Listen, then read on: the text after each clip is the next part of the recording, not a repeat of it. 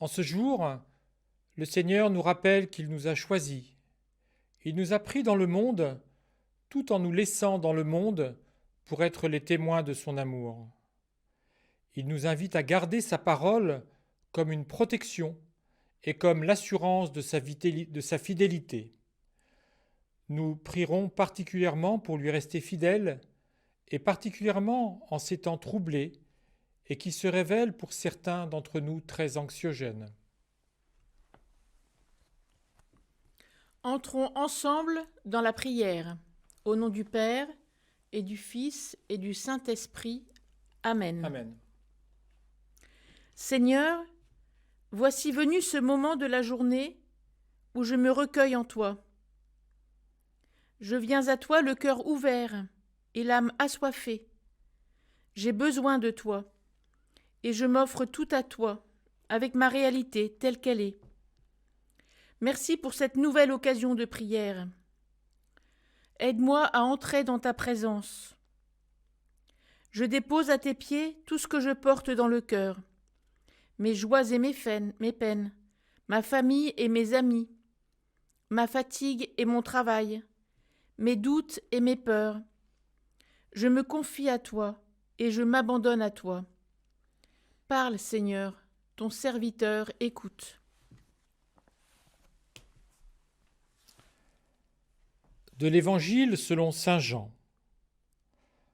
En ce temps-là, Jésus disait à ses disciples : « Si le monde a de la haine contre vous, sachez qu'il en a eu d'abord contre moi. Si vous apparteniez au monde aimerait ce qui est à lui. Mais vous n'appartenez pas au monde, puisque je vous ai choisi en vous prenant dans le monde.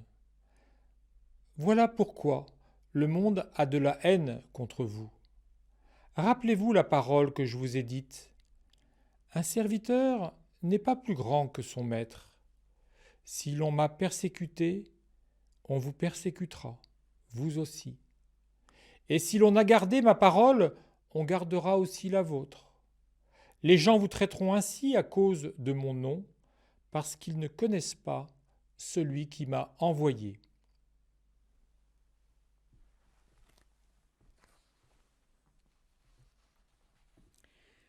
Si l'on m'a persécuté, on vous persécutera, vous aussi. L'annonce de la haine et de la persécution. Il n'est pas étonnant que cela puisse nous troubler. Les apôtres eurent du mal à comprendre le Christ lorsqu'il leur annonça sa passion. Combien plus maintenant, lorsque Jésus parle des souffrances que ses disciples auront eux-mêmes à subir. Il n'est pas facile de donner sa vie pour celui qu'on aime. Et l'histoire en témoigne, à commencer par les 12 apôtres, les chrétiens des premiers siècles, les persécutions religieuses au fil de l'histoire, jusqu'à arriver aux temps actuels. Il est dit que la fin du XXe et le début du XXIe siècle seront les époques qui compteront le plus de martyrs dans toute l'histoire. Et en moi, comment résonnent ces paroles ? Indifférence, comme s'il s'agissait d'une réalité trop éloignée ? Résistance à la souffrance ? Peur de ne pas avoir le courage de tenir ? Honte de ne pas toujours avoir défendu ma foi ? Lors d'un pèlerinage récent en Terre Sainte, un prêtre en mission à Jérusalem et à Bethléem expliquait que la communauté chrétienne de Gaza, bien que petite en nombre, était marquée d'une joie profonde, d'un grand dynamisme spirituel, mais surtout de sa disposition à mourir martyr à n'importe quel moment. Cela laisse pensif. Rappelez-vous la parole que je vous ai dite. Face à cette réalité, l'Évangile nous invite à garder le regard posé sur le Christ, à nous rappeler la parole qu'il nous a dite. Et quelle est cette parole au singulier ? Le Christ n'est-il pas le Verbe de Dieu ? Sa parole, c'est sa vie, c'est son exemple, dont la leçon culmine dans le mystère pascal. Voici la disposition de Dieu. jusqu'où il est capable d'aller pour nous prouver son amour et nous ouvrir les portes du ciel. Le mal n'aura pas le dernier mot. Maintenant, nous pouvons mieux comprendre pourquoi la liturgie nous présente ce texte en temps pascal. Notre foi est une foi post-pascale, c'est-à-dire qu'elle est illuminée par la victoire du Christ sur la mort. Le Christ est ressuscité. Il a vraiment vaincu le mal et le péché. Mais si nous avons enduré des souffrances, nous savons d'avance que la bataille est gagnée. Que cette certitude remplisse nos cœurs d'espérance et de confiance. Je vous ai choisi en vous prenant dans le monde.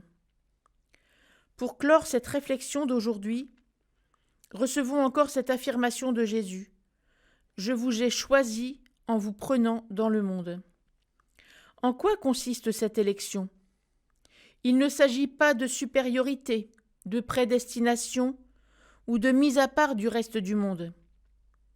Cette élection se comprend surtout par analogie avec celle du peuple élu de l'Ancien Testament. Dieu choisit un peuple pour se révéler, pour se donner, pour lui appartenir, pour être saint. De même, Dieu me choisit pour s'incarner dans ma vie, pour se faire présent aux autres à travers moi, pour me rendre saint en sa présence. Dieu me choisit en me prenant dans ma réalité concrète, telle que je suis, afin que brille sa grâce en moi dans cette même réalité qui m'entoure. Dès lors, ce n'est pas sur mes forces que je compte pour être fidèle au Christ, mais sur sa grâce qui agit en moi dans la mesure où je m'y prête.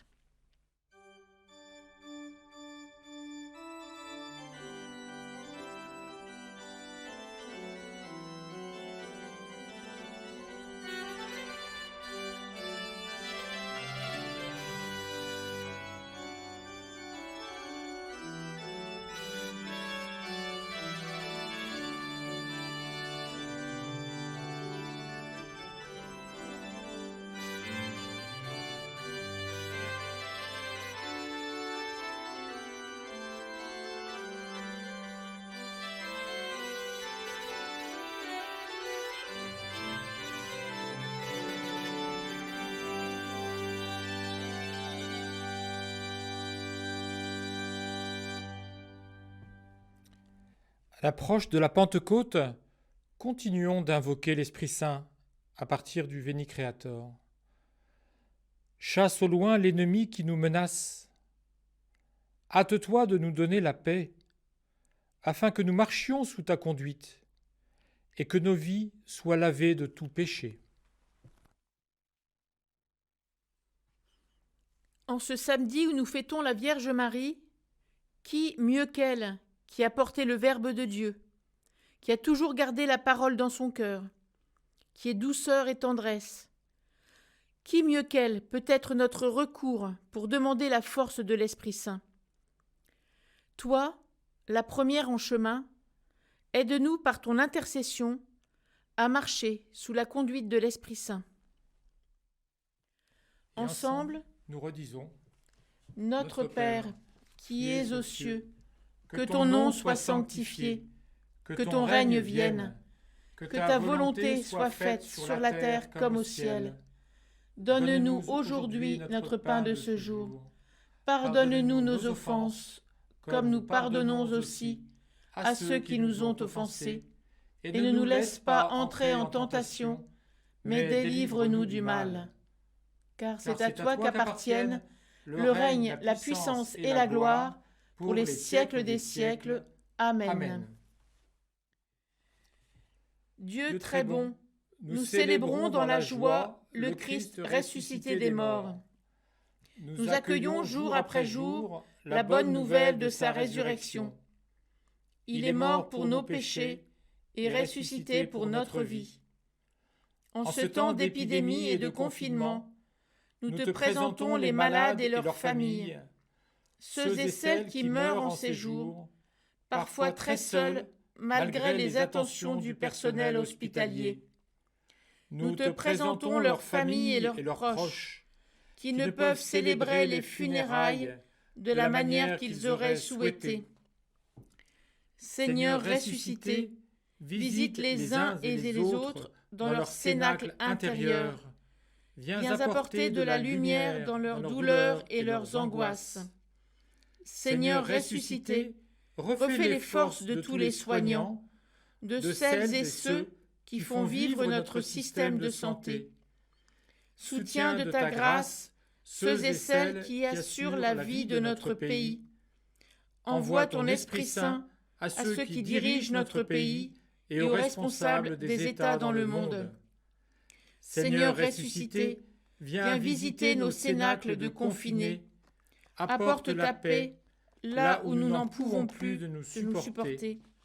Apporte la joie là où nous sommes inquiets pour l'avenir. Que ton Esprit Saint nous apprenne à t'accueillir pleinement et à vivre dans ta lumière. Qu'il nous prépare à sortir du confinement avec le cœur rempli de foi, d'espérance et de charité, pour participer à la vie du monde et y porter ta lumière. Esprit Saint, entoure de ta douceur nos frères et sœurs catéchumènes, qu'ils vivent ce temps prolongé qui les prépare au baptême avec paix et espérance, que le jour venu, ils nous aident à sortir pour être d'authentiques témoins de l'amour de Dieu, plus fort que la mort. Amen. Et que le Seigneur nous bénisse et nous garde dans sa paix. En ce samedi du mois de mai, du mois de Marie, je me place sous ton intercession maternelle. Aide-moi à recevoir les paroles de ton Fils et à me laisser former par lui. Il m'a choisi en me prenant dans le monde. Apprends-moi à vivre cette élection. Réjouis-toi, Marie, comblée de grâce. Le Seigneur est avec toi. Tu es bénie entre toutes les femmes, et Jésus, le fruit de ton sein, est béni. Sainte Marie, Mère de Dieu, prie pour nous pauvres pécheurs, maintenant et à l'heure de notre mort. Amen.